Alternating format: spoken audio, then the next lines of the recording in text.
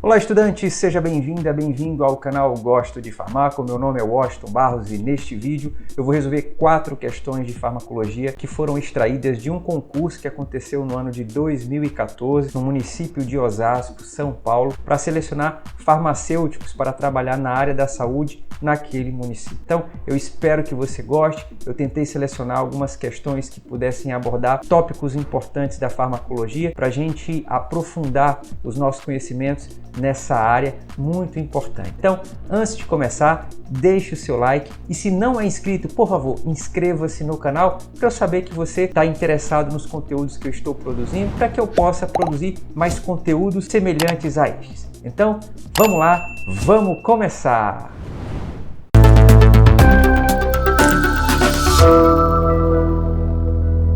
Muito bem, antes de ir para as questões, eu não posso deixar de compartilhar com você as dicas que eu pessoalmente utilizo quando vou resolver questões de única escolha. É a nossa querida amiga Idelmares, que na verdade é um acrônimo que nos ajuda a lembrar de alguns passos que precisam ser seguidos na hora de resolver uma questão de única escolha e de identificar o tema abordado. Toda questão é construída, elaborada a partir de um tema. Então é necessário, na leitura do enunciado, identificar que tema está sendo abordado. Para quê? Para que você possa estar focado naquele assunto e não usar a sua capacidade de memória, a sua memorização com outros assuntos. Então você foca naquele assunto que vai dar certo. A segunda coisa é eliminar as opções absurdas. Toda questão, quando ela é elaborada, a pessoa que está elaborando aquela questão, ele coloca ali dentre as opções uma opção que é absurda, aquela que não tem realmente condição de ser a resposta certa.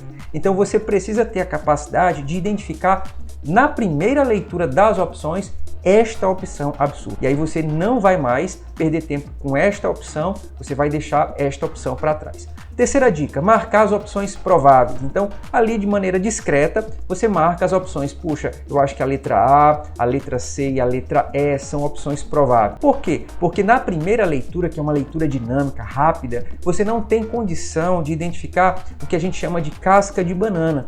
Toda questão vai ter opções com cascas de banana. Então, cuidado para não escorregar nessas cascas de banana, tá? Então, depois que você fizer esse scanner inicial, você vai para a quarta dica, que é reler com atenção essas opções que você marcou. Por quê? Porque aí nessa releitura você vai identificar as cascas de banana e normalmente, gente, a casca de banana ela aparece lá no meio ou no fim da opção. Então, identificou a casca de banana, você marca ali para quê? Para que você tenha certeza de qual é a opção correta, qual é a opção adequada naquela situação. Pronto, então você vai marcar a opção que você acredita ser a opção correta e no espaço ao lado, em branco, você vai escrever a letra da opção que você acredita ser a opção correta. Por que eu tenho que fazer isso, Washington? Porque no final você vai ter que preencher o gabarito e nesse momento você vai ter que voltar para as questões e aí você vai precisar identificar qual é a letra que você selecionou naquela questão. Isso vai te ajudar a ganhar bastante tempo. Então, vamos lá, vamos começar, vamos para a primeira questão deste vídeo. Então, vamos à primeira questão deste vídeo. Vamos ler o enunciado juntos. Em relação às vias de administração de fármacos e a biodisponibilidade destes, assinale a afirmativa incorreta. Perceba que eu sublinhei os dois temas que estão sendo abordados nessa questão: vias de administração e biodisponibilidade. Além disso, eu coloquei em negrito lá no final a palavra incorreta.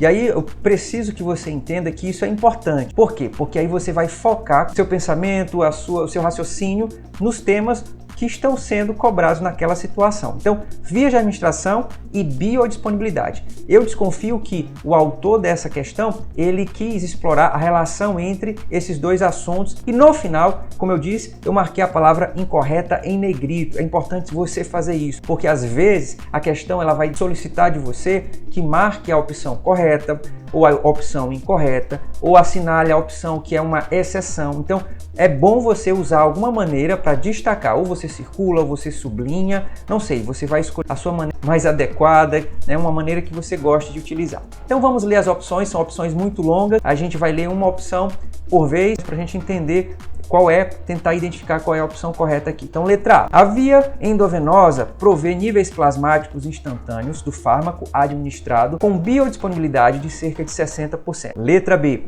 A biodisponibilidade para fármacos com alta metabolização de primeira passagem é normalmente menor do que para fármacos que são metabolizados pelo fígado. Letra C. A área sobre a curva medida de biodisponibilidade pode variar conforme a formulação utilizada para um mesmo fármaco na mesma dose. E letra D. É possível que duas formas polimórficas do mesmo fármaco, ao serem formulados em um comprimido, se comportem de maneira distinta em termos de dissolução. E letra E. A via retal de administração de fármacos é bastante utilizada para fármacos sensíveis ao pH do trato gastrointestinal. Então perceba que a questão ela trata de muitos conhecimentos, mas todos esses conhecimentos têm relação direta com o quê? Com as vias de administração e com a biodisponibilidade. Se a gente avançar aqui no nosso mapa conceitual, a gente já conseguiu definir quais são os temas abordados, como eu já falei anteriormente, via de administração e biodisponibilidade. Então, o que seria a via de administração, ou o que seriam vias de administração? São modos, ou é o modo como o medicamento entra em contato com o organismo. É importante a gente lembrar essa definição. E aí as vias de administração podem ser diversas, né? Tem a via oral, como foi dita na questão, tem a via retal, tem a via endovenosa, então tem uma série de vias que esse é um assunto bastante interessante também para a gente fazer uma revisão. E o que é a biodisponibilidade? A biodisponibilidade é a fração da dose administrada que alcança a circulação sanguínea. Essa quantidade do fármaco que consegue chegar no sangue é a quantidade do fármaco que vai conseguir circular pelo corpo e, portanto, alcançar o alvo farmacológico. Por isso que a biodisponibilidade é muito importante. Então, qual é a relação, portanto, entre a via de administração e a biodisponibilidade? A biodisponibilidade de um fármaco vai depender da via de administração. Se a gente for reler as opções, a gente vai perceber que, dependendo da via de administração, a quantidade daquele fármaco que vai alcançar a circulação sistêmica vai ser diferente. Então, é importante a gente perceber na via endovenosa, o fármaco ele é injetado diretamente no sangue. Então, a gente vai ter quanto de biodisponibilidade? Praticamente 100%.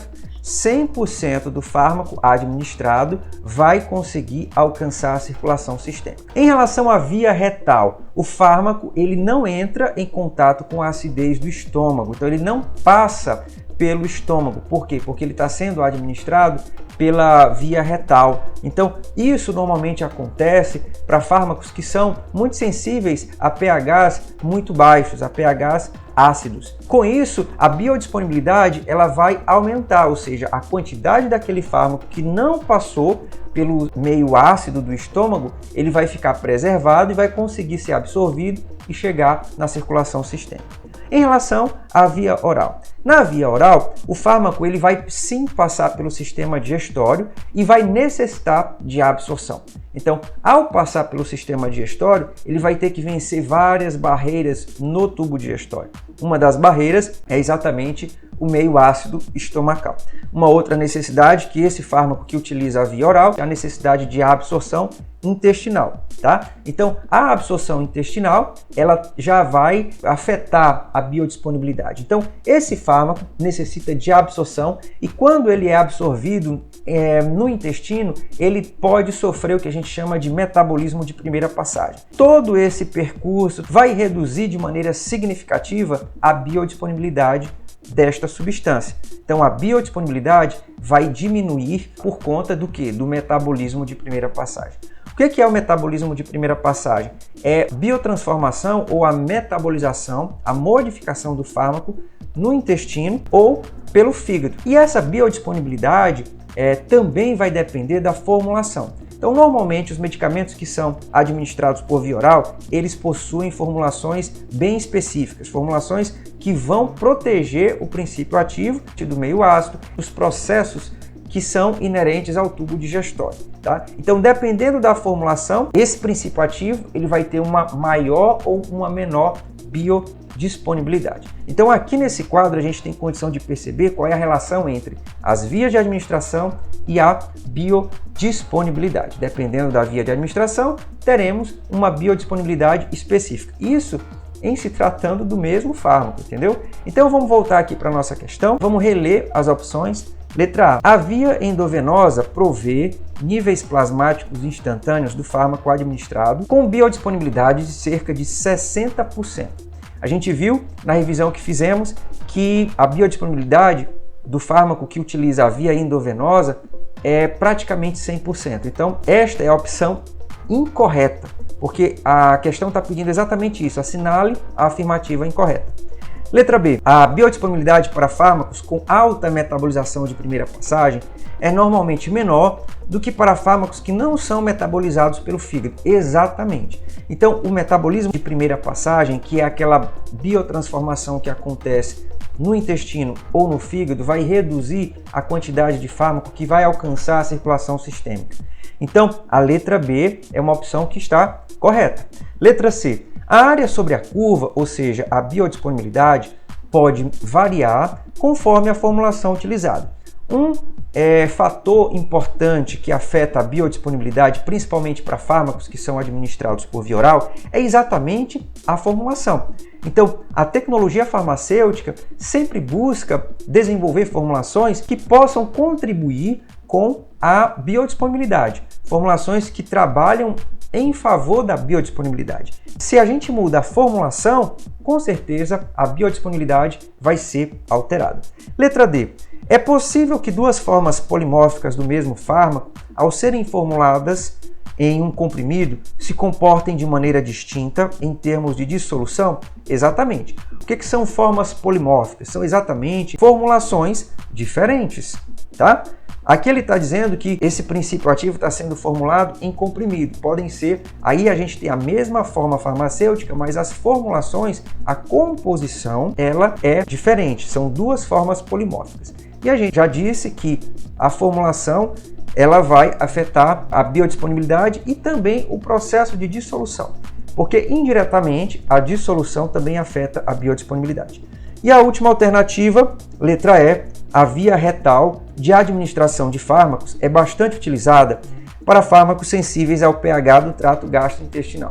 Então a gente viu que a via retal é aquela que utiliza o reto para colocar o medicamento em contato com o organismo, tá? Dessa maneira, o fármaco ou o medicamento, ele não passa pelo meio ácido do estômago. Então, o medicamento, ele não vai sofrer uma possível degradação por conta da acidez estomacal. Então, essa opção também é uma opção verdadeira. Então, no final das contas, qual é a opção que a gente precisa marcar nessa questão? Opção A. A via endovenosa provê níveis plasmáticos instantâneos do fármaco administrado. Até aí está certo. Com biodisponibilidade de cerca de 60%. Então, o erro está exatamente aqui no final da frase. Por quê? Porque a biodisponibilidade é quase 100%, já que o medicamento ou o fármaco está sendo injetado diretamente na circulação sanguínea. Então, vamos agora para a questão 2. Questão 2. Vamos ler o enunciado. Os fármacos podem ser considerados substâncias xenobióticas. Olha só que nome interessante.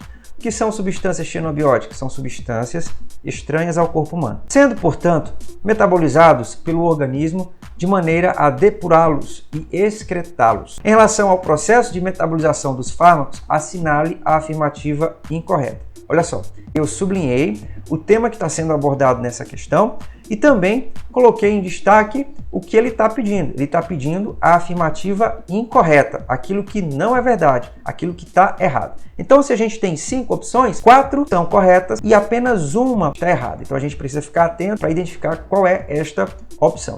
Interessante que o próprio enunciado já define para a gente o que é metabolização, já dá uma ideia bem bacana para a gente sobre o que é metabolização de substâncias xenobióticas. E o fármaco, quando ele é administrado, é considerado pelo organismo uma substância substância xenobiótica. Não é uma substância endógena, então são ideias bem diferentes. De um lado a gente tem as substâncias xenobióticas e do outro lado a gente tem as substâncias endógenas. O que são substâncias endógenas? São substâncias que são produzidas pelo próprio organismo. As substâncias xenobióticas são substâncias que o organismo recebe, elas não são produzidas pelo próprio organismo. E o fármaco está chegando no organismo, que está sendo administrado, nesse contexto é considerado uma substância xenobiótica. Então vamos ler aqui com atenção as opções. Letra A. Existem duas fases no metabolismo de fármacos, são as fases 1 e 2. Interessante. Letra B. As reações de fase 1 são reações de oxidação, redução ou hidrólise. Letra C. As reações de fase 3 são reações de simplificação molecular. Aqui a gente já começa a ligar o nosso radar, né?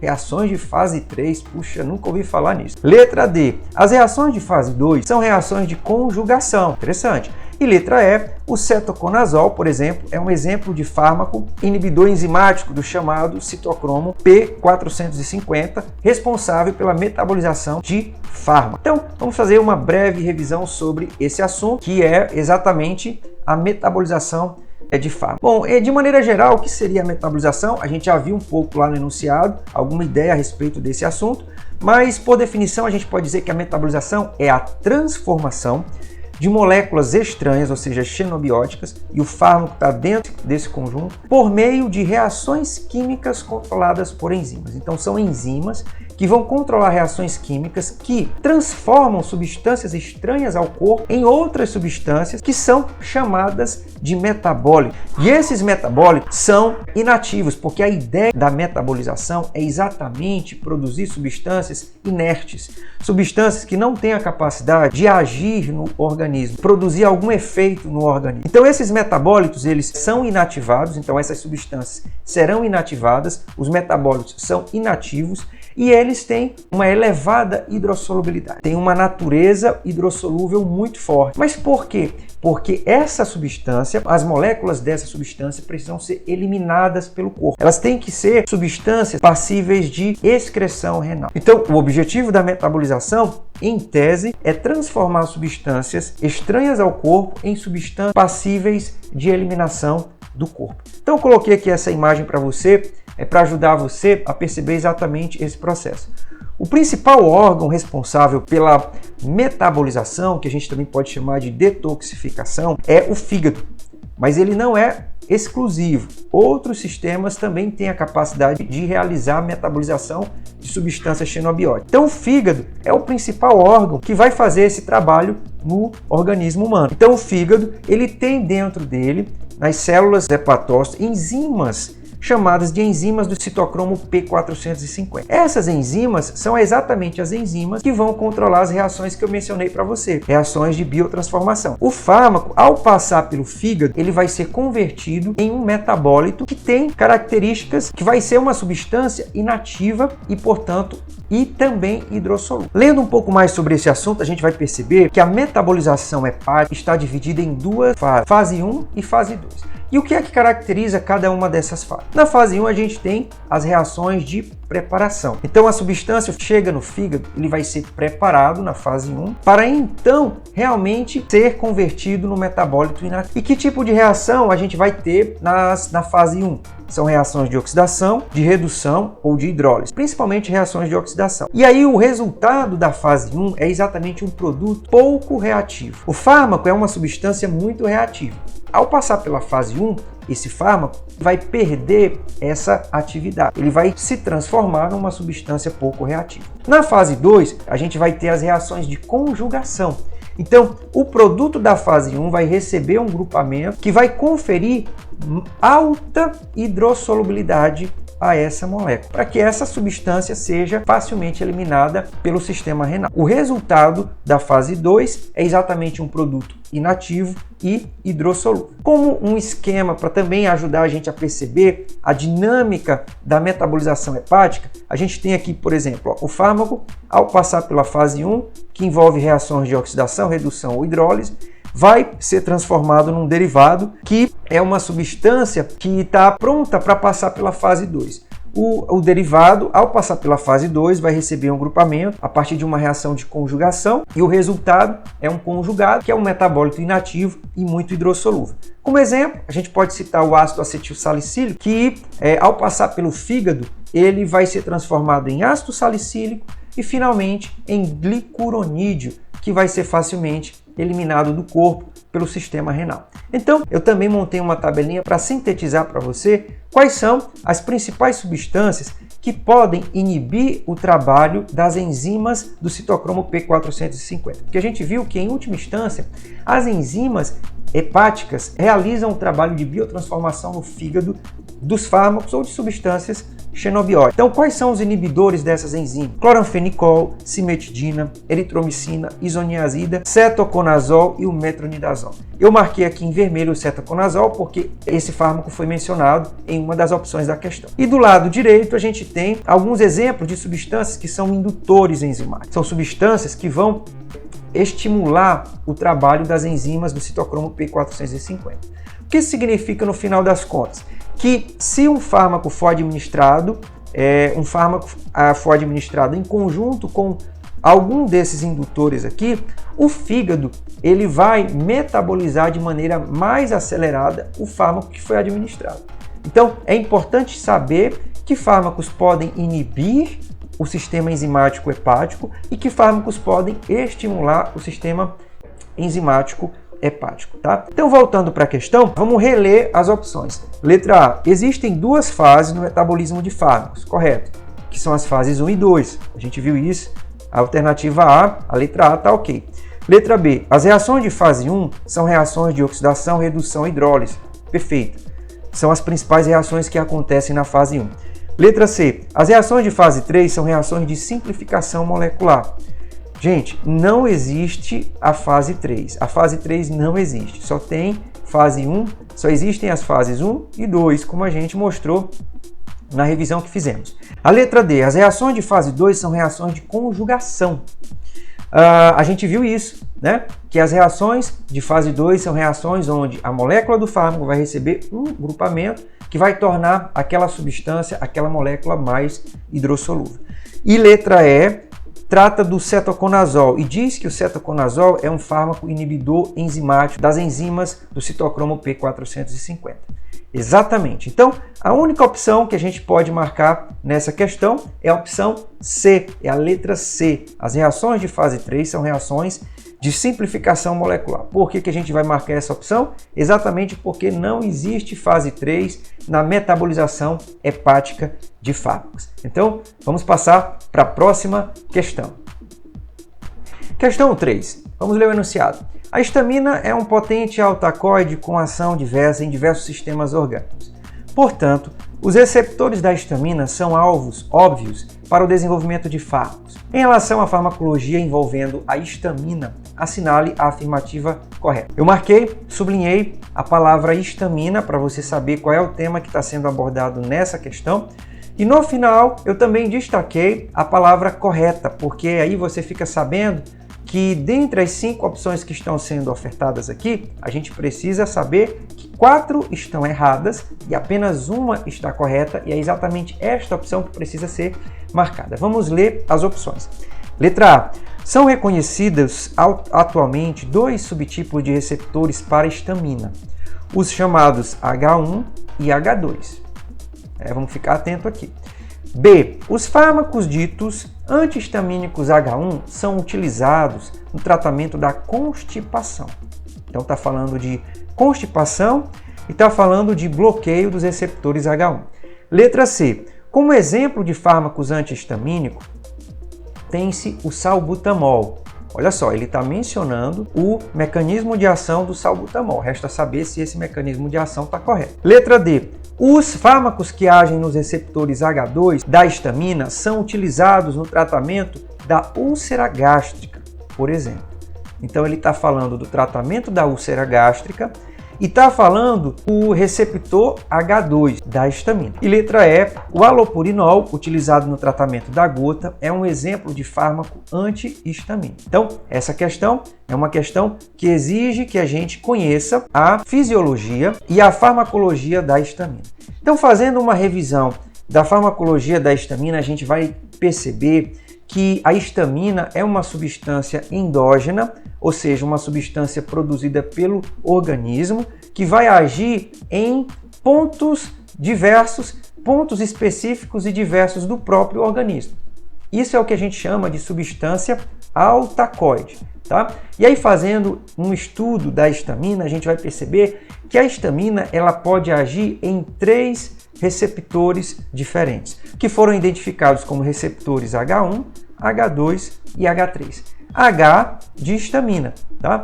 E a numeração ela vai exatamente especificar o tipo de receptor e onde esses receptores eles podem ser encontrados, tá? Então, a histamina ela pode ser produzida por neurônios, pode ser produzida por mastócitos, pode ser produzida pelos basófilos, tá? Em relação aos receptores H1, quando a histamina liga e ativa os receptores H1, o que vai acontecer no organismo? Eu coloquei aqui alguns eventos para a gente poder ter uma boa ideia a respeito da fisiologia e da farmacologia da histamina.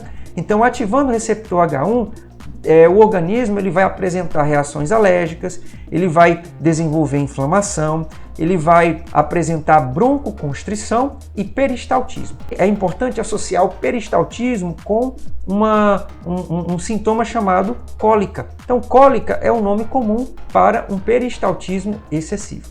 Então, vamos lá. Voltando ao que eu falei anteriormente. Ativar o receptor H1 vai promover esses efeitos fisiológicos aqui.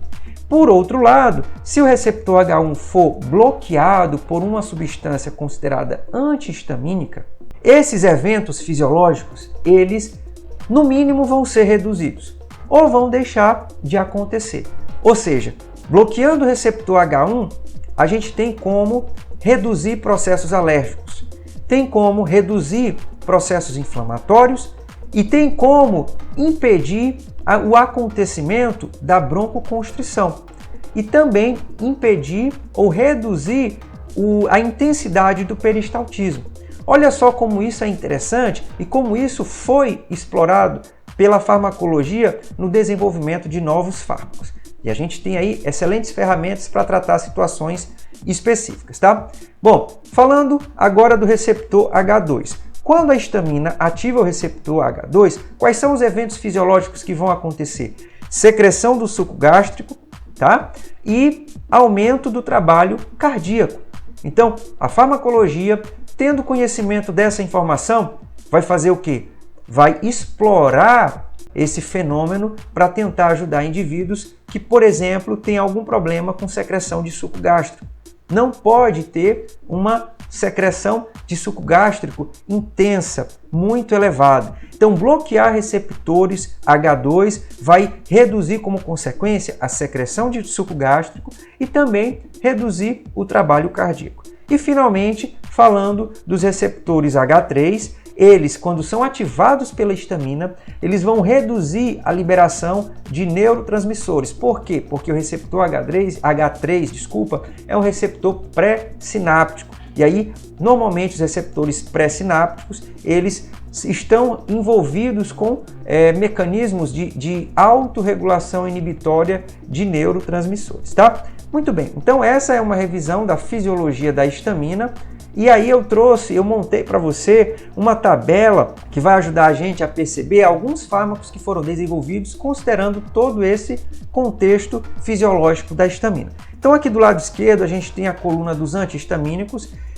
Então de um lado a gente tem os bloqueadores do receptor H1 e temos também os bloqueadores do receptor H2. Bloqueador do receptor H1 normalmente são indicados para tratar alergias, porque bloqueando o H1 a gente vai reduzir os processos alérgicos. Como exemplo temos quem? A hidroxizina, temos a loratadina e a cetirizina, tá? E aí falando dos bloqueadores do receptor H2, esse aqui é muito conhecido, a ranitidina e temos também a cimetidina, que são substâncias, fármacos indicados para tratar úlcera e refluxo. Tá? Então, só para a gente ter uma ideia de que realmente a farmacologia utilizou todo esse contexto, todas essas informações fisiológicas para desenvolver ferramentas farmacológicas que podem ajudar pessoas com algumas situações, com alguns problemas relacionados com a substância chamada histamina. E aí, voltando para a nossa questão, vamos ler novamente as opções. Letra A. São reconhecidos atualmente dois subtipos de receptores para histamina, os chamados H1 e H2. A gente viu que existem três receptores de histamina, H1, H2 e H3. Então, essa opção ela está errada, ela está incorreta, a gente não vai marcar. Letra B. Os fármacos ditos antihistamínicos H1 são utilizados no tratamento da constipação. A gente viu que o receptor H1, quando ativado, ele vai induzir peristaltismo, é o que a gente chama de cólica no popular, né? Então, na verdade, bloquear receptor H1 é uma importante estratégia para reduzir as cólicas, para reduzir peristaltismo e não para tratar constipação. A letra B, portanto, está incorreta, a gente não vai marcar. Letra C. Como exemplo de fármaco antihistamínico, tem-se o salbutamol. Olha só, a opção está dizendo que o mecanismo de ação do salbutamol é bloquear receptor de histamina. O salbutamol, na verdade, ele é agonista seletivo de receptor beta-2 do epitélio respiratório. Então, ele, ao ativar receptor beta-2 do epitélio respiratório, vai promover relaxamento do músculo liso nesse tecido, contribuindo para a promoção de broncodilatação. Então, o mecanismo de ação do salbutamol não passa por receptores de histamina. Esta opção, ela está errada. Então, a gente não vai marcar. Letra D. Os fármacos que agem nos receptores H2 da histamina são utilizados no tratamento da úlcera gástrica, por exemplo. A gente viu que o receptor H2, quando ativado, ele é responsável por secreção do suco gástrico e por trabalho cardíaco. Então, bloquear o receptor H2, por exemplo, a ranitidina faz isso. É um antihistamínico H2, é um bloqueador de receptor H2. Então, vai ajudar uma pessoa que precisa reduzir a secreção de suco gástrico para permitir a recuperação do epitélio gástrico, porque esta pessoa foi diagnosticada com úlcera gástrica. Bom, portanto, a letra D parece ser a nossa opção aqui, né? Letra E. O alopurinol utilizado no tratamento da gota é um exemplo de fármaco antihistamínico.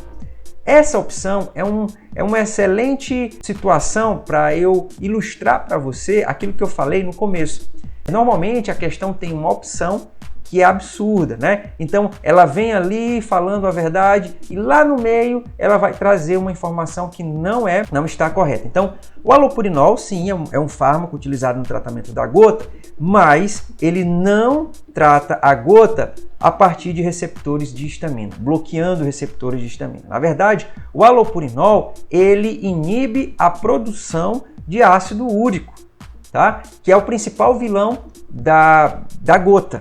Então, esta opção também está incorreta. E aí, qual é a opção que a gente pode marcar nessa situação, nessa questão, ao final de tudo? É exatamente a opção D. Os fármacos que agem nos receptores H2 da histamina são utilizados no tratamento da úlcera gástrica, por exemplo. Então, bloquear receptor H2 vai ajudar uma pessoa que foi diagnosticada com úlcera gástrica, e um exemplo que a gente mencionou é exatamente a ranitidina. Então, vamos para a próxima questão. Última questão de hoje, questão número 4, vamos ler o enunciado. Em relação aos fármacos utilizados na doença de Parkinson, assinale V para a afirmativa verdadeira e F para a falsa. Temos aqui 3 sentenças, 3 afirmações e a gente precisa julgar se esta afirmação ela é verdadeira ou se ela é falsa. Vamos ler. No tratamento da doença de Parkinson são usados fármacos que agem no sistema dopaminérgico, em especial aqueles que de alguma maneira aumentam a quantidade de dopamina no sistema nervoso central. Então essa frase ela está bem densa, ela fala da doença de Parkinson ela fala que a doença de Parkinson tem relação com o sistema dopaminérgico, e aí a estratégia farmacológica é exatamente aumentar a quantidade de dopamina no sistema nervoso central. Então vamos ficar atento para isso daí. Segunda frase, a amantadina é um fármaco agonista do receptor colinérgico muscarínico. Está falando da amantadina e está mencionando o mecanismo de ação desse fármaco. E a terceira afirmação diz o seguinte: a levodopa é um análogo da dopamina, quase sempre sendo utilizada em combinação com o inibidor da enzima dopa-descarboxilase, como a carbidopa. Aí ele diz no final, as afirmativas são respectivamente. Temos aqui 5 opções, e aí a gente precisa saber qual é a opção que podemos marcar, né? A opção que vai ter a sequência correta dos julgamentos que a gente for fazer, tá bom? Muito bem, então para a gente poder responder essa questão, essa última questão, vamos fazer a nossa clássica revisão. Qual é o tema abordado nessa situação? É a farmacologia da doença de Parkinson. Então a gente tem ali no livro de farmacologia uma unidade que é destinada específica para estudar os fármacos que atuam no sistema nervoso central. Então, em relação à doença de Parkinson, qual é a principal ferramenta farmacológica? É exatamente a levodopa, que é carinhosamente chamada de L-dopa, que eu coloquei aqui para você, ó, tá? Então a levodopa é a principal ferramenta farmacológica utilizada no tratamento da doença de Parkinson. Mas quem é essa levodopa? Gente, a levodopa é uma substância, uma molécula muito parecida com a dopamina, tá? E ela é convertida em dopamina pela ação de uma enzima chamada dopa-descarboxilase. Tá? Então, a dopa-descarboxilase é uma enzima que existe dentro do organismo humano que tem a capacidade de transformar a levodopa em dopamina. Tá? A levodopa é muito parecida com a dopamina, é o precursor da dopamina. E aí a gente começa a perceber que o problema na doença de Parkinson é exatamente a baixa quantidade de dopamina no sistema nervoso central. Então pega essa informação porque a gente já viu que algo nesse contexto foi abordado na questão que a gente está trabalhando agora, tá bom? Por outro lado, a gente tem aqui a amantadina, tá? A amantadina também é uma ferramenta farmacológica, uma opção para o tratamento da doença de Parkinson. Mas qual é o mecanismo de ação da amantadina? Não é o mesmo da levodopa. A amantadina, ela aumenta a afinidade da dopamina pelo receptor. Então, olha só que interessante. A farmacologia conseguiu desenvolver uma substância capaz de alterar o receptor, modular o receptor para que ele possa ficar mais suscetível à ligação e ativação da dopamina. Porque a gente já viu que o problema da doença de Parkinson é ter baixos níveis de dopamina, é apresentar baixos níveis de dopamina. Então, esses baixos níveis de dopamina vão definir os sintomas característicos da doença de Parkinson, tá? Então, por um lado, a gente tem a L-dopa, que vai ser convertida em dopamina, porque a L-dopa é um precursor da dopamina, tá? E aí você, dessa maneira, aumenta os níveis de dopamina no organismo.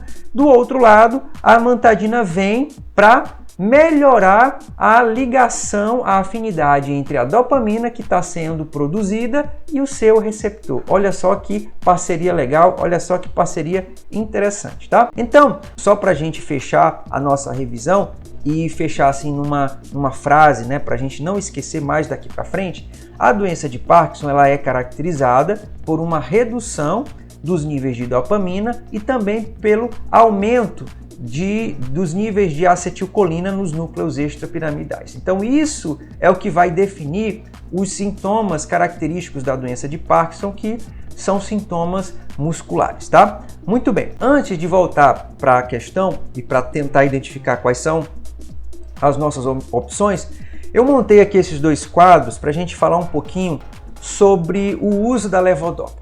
Então nós temos duas situações aqui. Quando a levodopa ela é utilizada sozinha, ela é facilmente convertida em dopamina já na circulação sistêmica.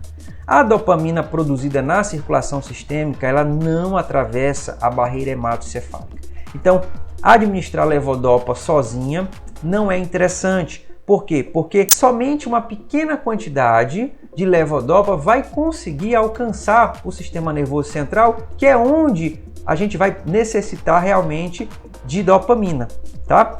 Por outro lado, quando a levodopa ela é administrada com um inibidor da dopa descarboxilase, que eu estou chamando aqui de DDC, tá?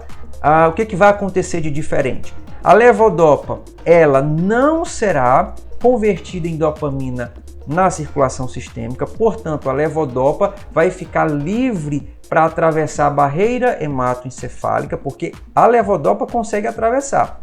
Quem não consegue atravessar é a dopamina.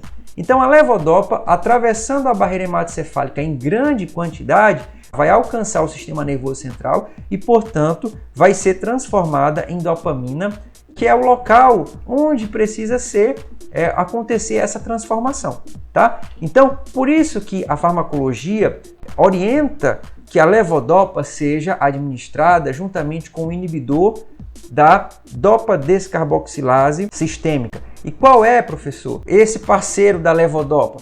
É a carbidopa. A carbidopa ela foi mencionada também na questão. Então, vamos voltar aqui para a nossa questão. Eu acho que agora a gente tem condição de julgar adequadamente cada uma das afirmações que foram feitas. Então, vamos lá. No tratamento da doença de Parkinson, são usados fármacos que agem no sistema dopaminérgico, em especial aqueles que, de alguma maneira, aumentam a quantidade de dopamina no sistema nervoso central. Exatamente. A gente falou da L-dopa ou levodopa e da amantadina, tá certo? Na segunda afirmação, diz o seguinte: a amantadina é um fármaco agonista do receptor colinérgico muscarínico. Gente, nós vimos que a amantadina ela aumenta a afinidade do receptor de dopamina. O mecanismo de ação da amantadina no tratamento da doença de Parkinson não vai envolver receptor colinérgico muscarínico. Então, essa sentença, essa afirmação, ela é falsa.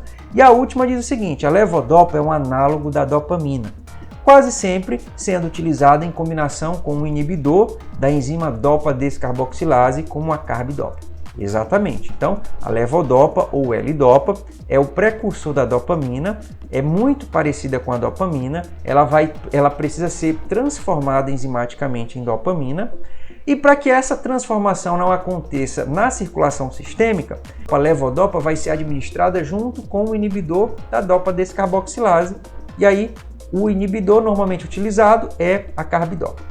Neste caso, considerando toda essa explicação que a gente acabou de fazer, qual é a opção que a gente vai marcar? A letra A, cuja sequência é verdadeiro, falso, verdadeiro. Bom, então essas são as 4 questões que eu prometi para você, né, para a gente resolver, para a gente estudar farmacologia neste vídeo, e eu desejo que você continue avançando aí nos seus estudos para o seu concurso, e mesmo que você não esteja se preparando para algum concurso, este vídeo também é muito útil para você que quer estudar farmacologia, muitos tópicos de farmacologia, ter uma ideia muito mais ampla sobre a farmacologia em um único vídeo.